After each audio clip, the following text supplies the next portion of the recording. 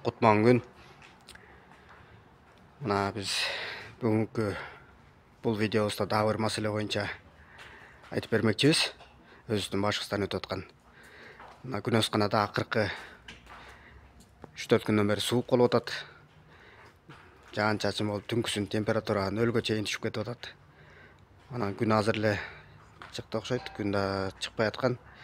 Анан жылуу болуш үчүн от жагып, үстүндөгү терезелерин, капталдагы терезелерин жаап атканбыз.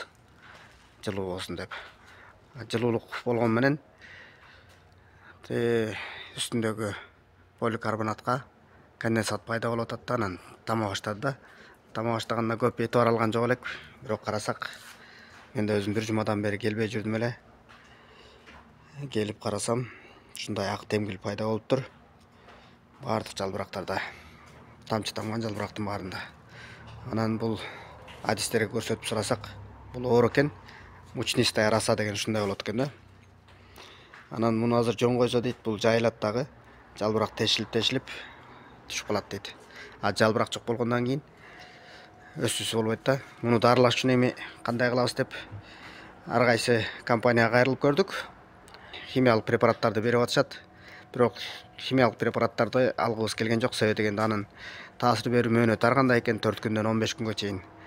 Башкача айтканда ага чейин мөмө бышып калды бизде, мына кызарып калды кээ бирлерде. Негизинен быша башташты.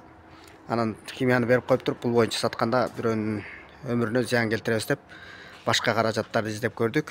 Анан тегеренип келип биздеги департамент, органикалык айыл чарба департаментте сатылып аткан триходермин деген препаратты алышка туура келди. Ал препаратты алып, азыр ошо менен жалбырактарына чачып атабыз. Муну чачкандын натыйжасында бул өзү дагы бул жерде турган грибоктордун баарын өзү жеп жок кылат экен. Ошону менен бизде азыр үмүт болуп атат. Химиясы жок эле. Ушуну менен дарылап алабыз деген. Ошону азыр мындай атайын чачкыч бар. Чачкыч менен бүркүп чачып дарыламакчыбыз. Эгерде сиздердин башыңыздарга да ушундай маселе чыгып калса Күнөсканада, анда сөзсүз түрдө муну алдын алыш керек экен. Биз да кечигип баратабыз. Алдын алып, темгил башталганда эле ушундай био каражатты берсеңиздер болот экен.